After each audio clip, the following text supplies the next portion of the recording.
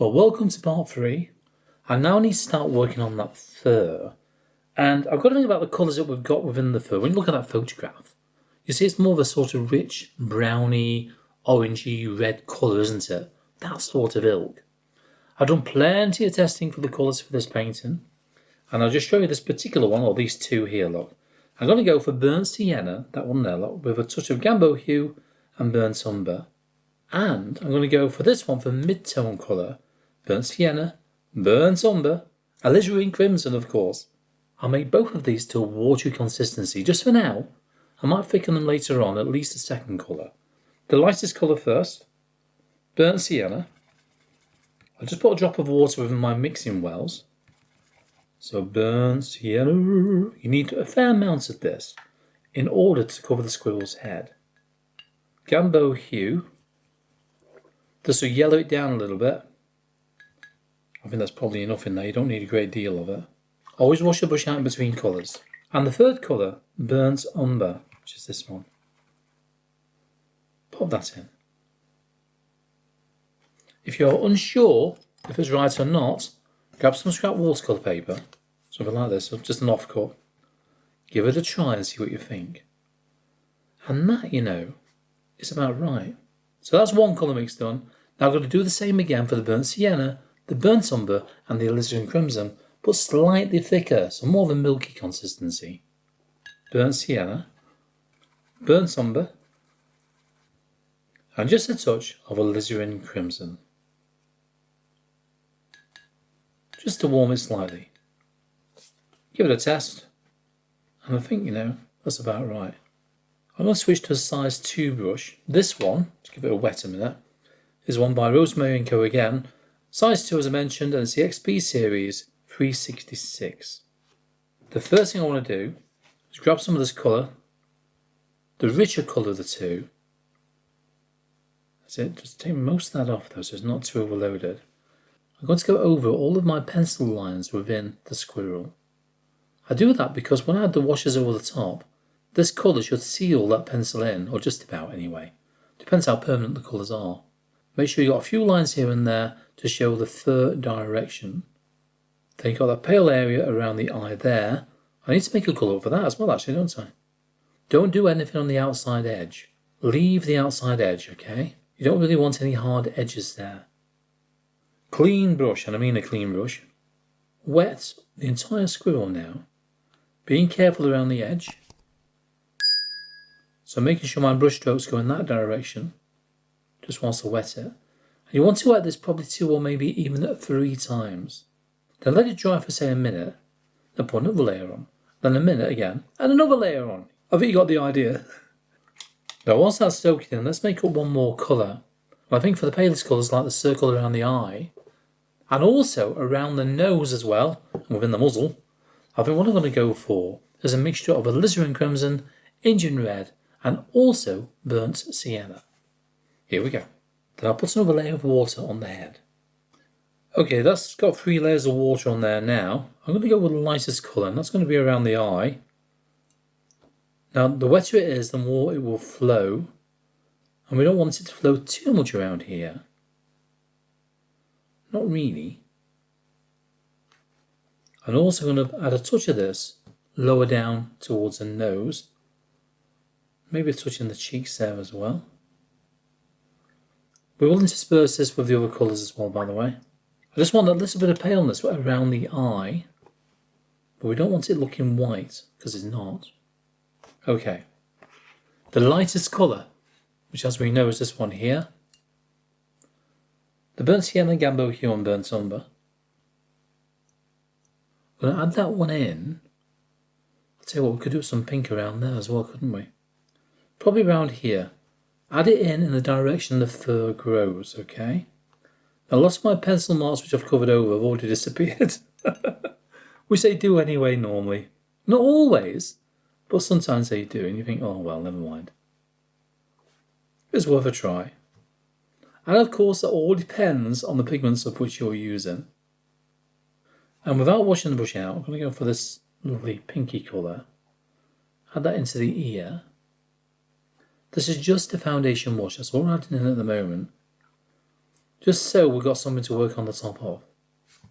I'm going to go for the slightly richer colour now. Add that in around here.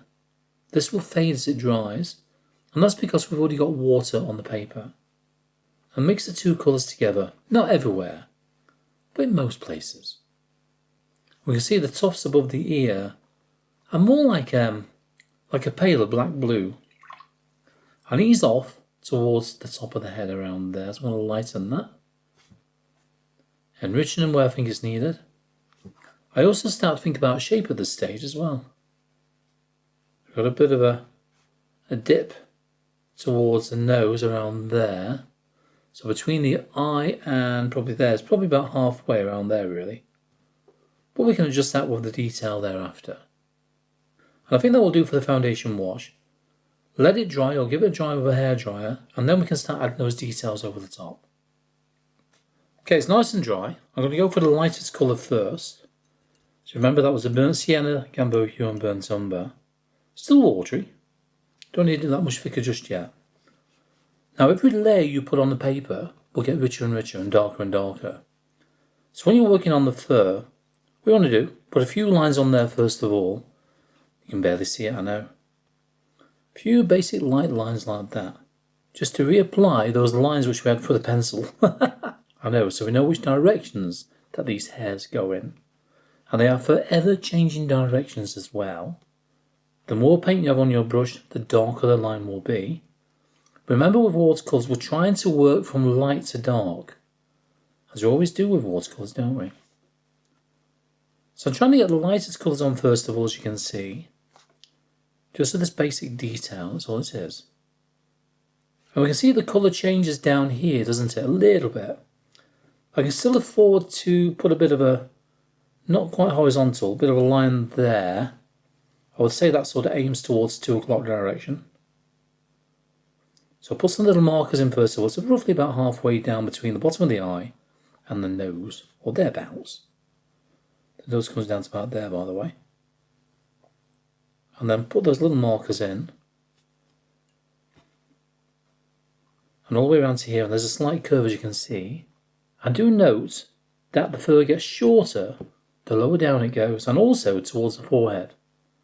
But down here, below the eye, you find, give it a tap, you find that the fur is more or less dots, isn't it? A lot of the time, or very, very tiny lines. Then I'm going to go over the top with our richer colour. The burnt sienna, burnt umber, and the alizarin crimson. The same process. Tiny lines, overlapping every now and then. I wouldn't use too much of this, because it's a little bit too red, I think, sometimes. It really is. They can overpower it, and then you will end up with definitely a red squirrel. I know it's called a red squirrel, but is it red? Not really, is it? No. What, poppy red? No. I'm going to start migrating now towards the front of the head. And put a few lines in there, but not many. You don't need a great deal. In fact, I'm going to change colour. I'm going to go back to that lighter one now. And start to add some of those in there. So that's all I'm doing. I'm working around the head at the moment. I don't want to fill this in because that's a slightly different colour, isn't it? I just want small areas with this colour in around that section, around there. Inside the ear, it's a little bit more pinkier and also quite dark.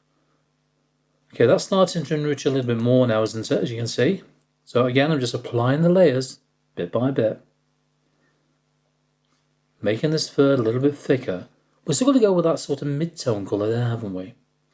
And I think I know what I'm going to mix with that one, you know. I really do. Now this photo is by a cracking photographer called Ian McFarlane. So thank you, Ian, for allowing me access to your photographs. That's very kind of you. I think we need sort of a mid-tone brown-black, don't we? But instead of using lamp black and burnt umber, I'm going to use 3 different colours this time around. Just have a play with the colours really, more than anything, and just so we can see what you can achieve by playing with those colours. So I'm going to go for, let's have a look, burnt sienna, first of all. Just want some more of a dull brown, really. I don't want it really dark, fairly dull. I want this to be more of a milky consistency. Give that brush a really good dry out. phthalo green, which is this one here. Phthalo green? Really? Oh, there you go. You can see it now. That one there. Phthalo green and that. We see what I mean in a minute. See, that's gone more of an olive green now, isn't it? Payne's grey, which is this one here, which I've nearly run out of, as you can see. Nearly, not quite. Try that. This will darken it down. I think I need a bit more burnt sienna in there as well, which I'll add in. So I'm going to keep adjusting it until I get the right colour. And I think something like that might do. It's got a touch of brown in there. So it's not green, it's not black, it's more of a sort of brown, nearly green. You can just see a hint of green in it, can't you? Use your process applies. Load it, roll it, give it a tap or two. Then you can start to add in some slightly darker tones, too much on the brush, in the direction that fur grows again. Just by tapping and stippling, that's what I'm doing. Play with that colour. Change it if you need to every now and then. A bit more burnt sienna, a bit more Payne's grey, whatever you need in there. This gets darker and darker in there, but it's not black. This is very similar to this colour. But now some of that burnt sienna we've already got on the paper to show through. Otherwise it could just be all one colour, wouldn't it? Tiny marks. These are heading more towards the 10 o'clock direction. Remember, I'm working on the mid-tones now, not the lightest tones. So when we start working on the eye, they'll be the mid-tones, and there are some darker colours in there as well. That's when we'll make another mix, which will be quite dark. Not black, but very dark looking brown. Now, have you taken a break yet? If you haven't, then why not? The thing is, when you take a break, you give your eyes a little bit of a rest, even if it's only for 5 minutes. Don't put the kettle on or something like that. And then you come back with a fresh your eyes, and very often you find that you've made little mistakes. Or as a great Bob Ross used to say, happy accidents along the way. And very often they can also be corrected. I've added a bit more burnt sienna in there, just to warm it slightly more, and it's also a little bit thicker. Still to a milky consistency, but it's not quite creamy. I'm going to go over the same areas again, just by tapping and stippling, and also using very tiny lines, in the correct direction of course. So once again, think about the direction of those lines, the consistency of the paint, that's very important. You don't want it too thin, you don't want it too thick. Remember that the colours at this stage are more of a milky consistency now. The creamy comes later when we add the darkest layer on. That is when it will all start to come together. Little tip as well, when you're just about to run out of paint, don't load it straight away. What I tend to do is use what's left on the brush, which is hardly anything, for those very light pale areas. And when you've hardly got any paint left on that brush, you'll also find you'll be able to achieve the finest of marks. Take your time around the eye, look at the overall shape as well. We've more or less got the shape in position. But I don't want to go too dark. That's going to be the tricky part, really. I can see this is starting to shapen up now, isn't it? Slightly darker here and gradually gets lighter as it works its way up. Just paler. And we will soften this down just a fraction as well. Not just yet, in a bit. So I'm just about run out of paint now, and I'm finding the marks are nice and pale, but also finer. Just like I mentioned earlier on. So I'm trying to make use of it. I'm forming this bit of a bump really, isn't it, around there? A slight curve, as you can see here, look. Remember, that's probably halfway down between the bottom of the eye and the mouth, probably. So tiny dots, stippling all the time, especially around the mouth. And remember where the mouth is as well. So block it in, and what you need to do around that mouth is add some stipple marks around the edge of it. So that will start to blend it out a little bit like that. And you can see down here on the photograph, it's fairly dark, but it's not pitch black, is it? Yeah. So darken that down with some scumbles, some stipples. Dry brush, anything like that will do. And carry on working your way around the nose, looking at those lightest areas and also the darker areas as well, don't forget those. But where it's lighter, just ease off those marks. And I think this has actually got a peanut in its paw. You can just about see it's eating something there. I think I'll leave that out though because it might look a little bit odd. They got that funny shaped nose as well. I didn't realise the noses on a squirrel are a bit of an odd shape, aren't they? So where you've got the nose coming up at this angle here, it sort of comes down around there, curls underneath. You can see the edge of the background around there, look, so I can just tap that in. So outline it first of all, then start to fill it in with detail. And how much detail you put in there will depend obviously how dark that area is. More taps towards the edge, then gradually lessen them as you work your way in towards the nostril. We're not painting the whiskers just yet, but we will put in are those little tiny dots where the whiskers come from. They don't have to be the same as the photograph, okay? So don't worry if they're not in the same place, mine won't be. They'll be in that area, that's what matters to me. Now because that circle around the eye is now looking rather bright, I'm going to add a little bit more in there, just probably around here to begin with. I want to soften this down as well. Clean damp brush. Just blend it back a touch. If it's too much, lift some off whilst it's wet. Just change that colour a little bit and be careful obviously when you get around towards that black within the eye because we know that'll just blur, which I don't want it to do. And I might just put a touch of this colour in there. That's nearly dried up already. All dried up. Anyway, okay. And a bit more down there. Just dullens it down, but still completely separates it, doesn't it? Now for the ear, I'll carry on with the same colour, keep on to re-wet that. When you re-wet it, it's going to weaken it down. And remember, this is not the darkest colour yet. That's coming in a bit. Look at the shape of the ear. I can see that it sort of blends out around there. And we've got another section about here. Careful looking all the time. Clean damp brush again. Add some water down the centre. Then tickle that edge into towards that water. Then darken towards the top of this middle bit. Rinse that brush out again so it's clean. Do the same again on the other side. You want this sort of recede and to go into the background, don't you really? I know we're going over the top of this with some dark colour as well, but this is behind the scenes. And because it's behind the scenes, it's there to help build those colours up.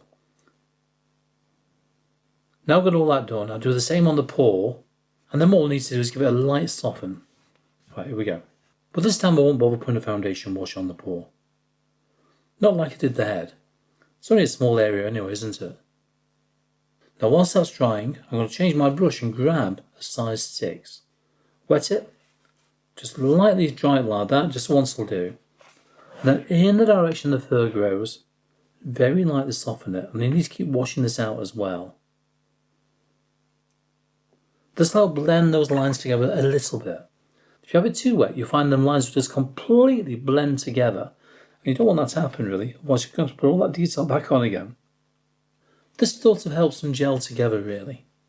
Could also help it stand out so we can see where we need to add more details. Just in places of course. Or maybe even lift some paint off in order to create more detail. Once this is dry, they can go over the top again with the same colours if you want to, just those initial colours we used for the foundation washes. I think that should just about do for this layer now. Now I need a darker colour for those really dark areas. Ooh, really dark. And this time I'm going to go for lamp black, I will. And also burnt umber. I'm going to go for the easy way out. So lamp black first of all. Make this to a creamy consistency so it's nice and dark. Really dark. A little bit more. Burnt umber. I don't like wastage, I really don't. It's not that cheap to buy nowadays, is it? It really isn't. I'm going to tap this in where I think it's needed. Probably a little bit around here, but not much there. Just a little bit here and there. Then tap it with your finger. It's quite dark around here, but don't just fill it in. Too much on the brush.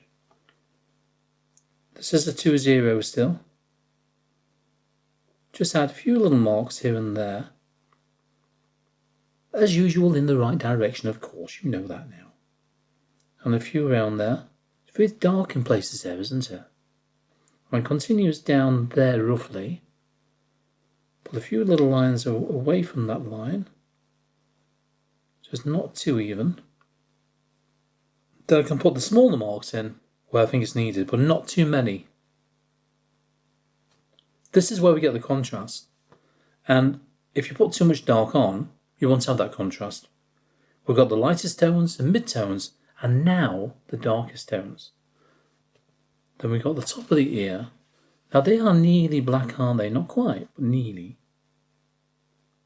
So load that brush again and give it a couple of taps. And pull up a few lines here and there, away from the edge here, look. Obviously don't cover it. There's paler on the right hand side here. So it's a few odd ones, just interspersed within that lighter colour. So this edge here is darker. Don't just put an outline there though. Don't completely blacken it in either. So tap a few little marks along the outline, then lessen those marks the higher up you go. And that will give you more of a rounded feel. I think I'll lengthen that mouth a little bit more there. The same on the paw. You don't need a great deal in that actually, do you? Not really.